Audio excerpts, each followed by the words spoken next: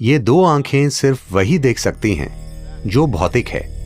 तीसरी आंख भीतर की ओर देखने के लिए है। आपकी वासना, आपकी इच्छा कभी बाहर नहीं थी, वो सिर्फ अंदर ही थी। तीसरी आंख भीतर की ओर देखने के लिए है, वो आपके माथे पर नहीं खुलने वाली। तीसरी आंख भीतर देखने वाली आंख है। लेकिन आपने कहानियां सुनी हैं, शिव ने अपनी तीसरी आंख खोली और कामदेव को भस्म कर दिया। भारत में प्रेम और वासना के देवता कामदेव हैं। वो एक पेड़ के पीछे छिपकर शिव के दिल पर तीर चलाते हैं। तीर उन्हें लगता है और शिव थोड़ा परेशान हो जाते हैं। फिर वो देखते हैं कि ये काम है, यानी उनकी अपनी वासना उभर रही है। फिर उन्होंने अपनी तीसरी आंख, उग्र आंख खोली और काम को जला दिया।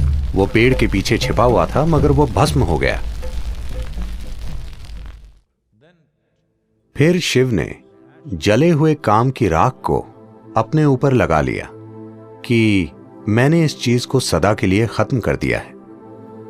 ये लोगों को सुनाई जाने वाली आम कहानी है, मगर आप मुझे बताइए, आपकी वासना आपके अंदर उठती है या पेड़ के पीछे? नहीं, आप पेड़ के पीछे जा सकते हैं, यह दूसरी बात है।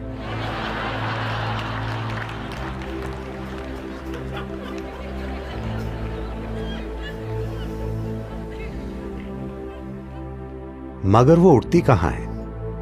आपके भीतर। इच्छा बाहर नहीं मंडराती। ऐसा नहीं है कि एक सुंदर स्त्री या एक सुंदर पुरुष बैठा है तो आपकी इच्छा जागती है, क्योंकि इच्छा काम आपके भीतर है।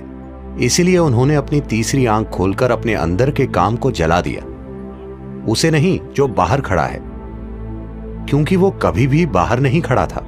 कृपया इस पर गौर कीजिए। आपकी वासना, आपकी इच्छा कभी बाहर नहीं थी, वो सिर्फ अंदर थी। तो उन्होंने अपनी तीसरी आंख खोली, इस तरह नहीं, अंदर की ओर।